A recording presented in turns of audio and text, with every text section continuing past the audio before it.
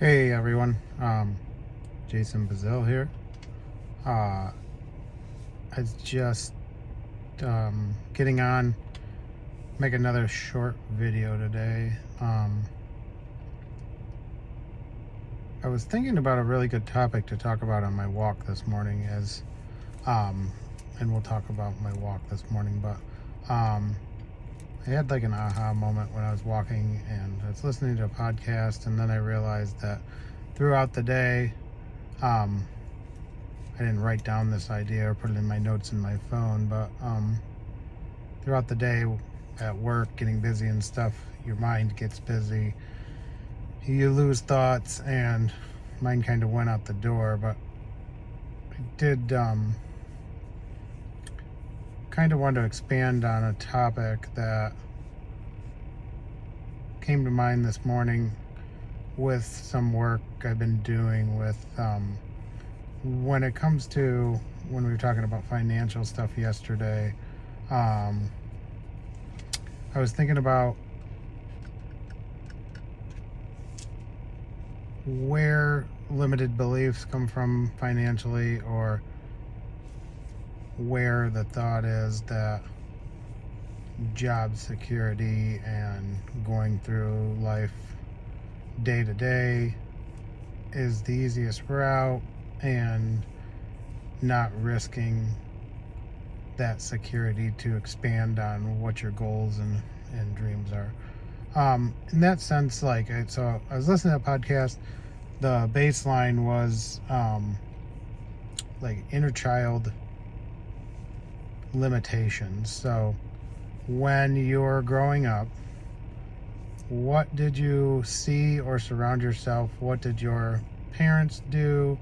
What influences did your environment or your upbringing have on the limiting beliefs that you have on um, yourself, and what part of your inner child or your um,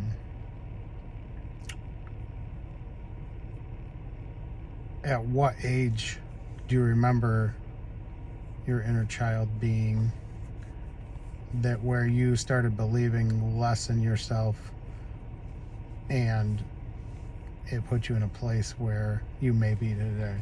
So I thought a lot about that, which it's hard for me to look back at my childhood and think that I really had a tough upbringing, because I don't think I did at all. Um, both my parents were pretty supportive. I do have parents that are divorced, and they were divorced at a young age. I was at a young age, under 2 years old. So what I do remember growing up, when around 7 years old, I would get dropped off by my dad after being with him for a weekend or something, and there was always like a exchange of money to handed to me, like a $20 bill or something, to give my mom. And I started to think a little bit about that age and how I was introduced into that and what it meant. So I would see like family struggles. I would kind of be at home with my mom. We budgeted really hard, and I kind of fell into that way of life that, paycheck to paycheck, really budgeting, because it was hard to make it. And then I came to the conclusion today that, like, wow, that $20 probably didn't go very far. And maybe every 2 weeks I'd stay at my dad's and get that $20. So mind you, $20 today is different than then, but there was a mutual agreement, between my parents, that my mom would stay in the house, my dad provided it, and they didn't really have a lot of rigorous proceedings when they separated. So I think the thought, though, is, of struggle in living with my mom, is that I learned from a young age that there's like a struggle to be had with money, that you had to live that way, kind of, or there was a paycheck to paycheck living, and I did learn that, in the sense of my dad, that we kind of budgeted pretty hard and like did that type of thing, and we worked hard for a living and put the nose to the grindstone, and that was pretty much that. And nobody really expanded their horizons or dreamt big in my family atmosphere. So as I move forward now, and the last few years I've gone through some work changes and become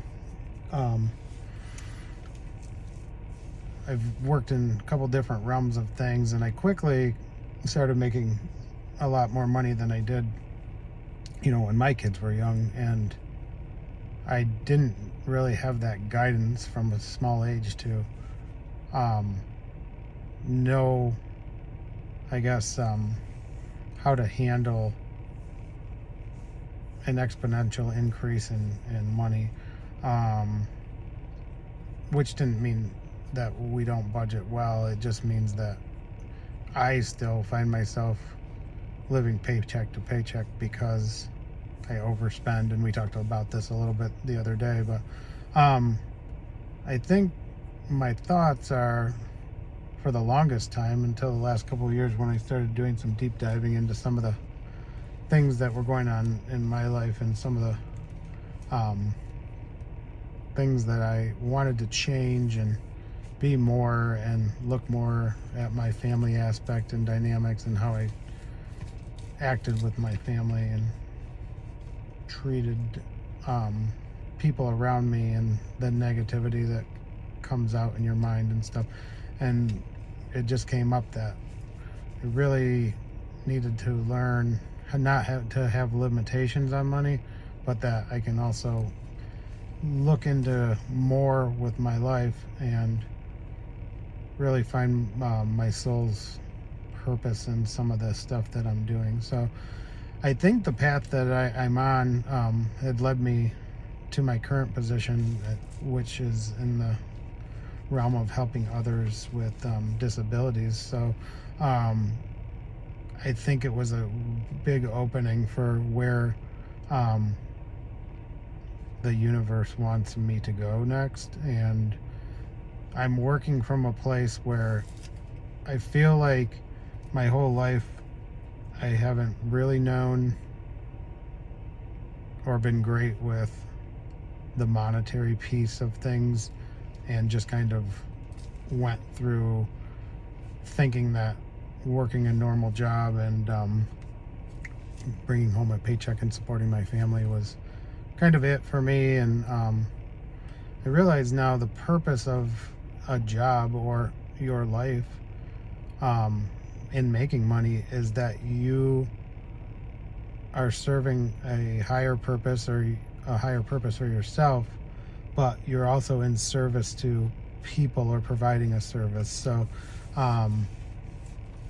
if you're creating ways to find solutions to people's problems, or in a job sector where you're helping people feel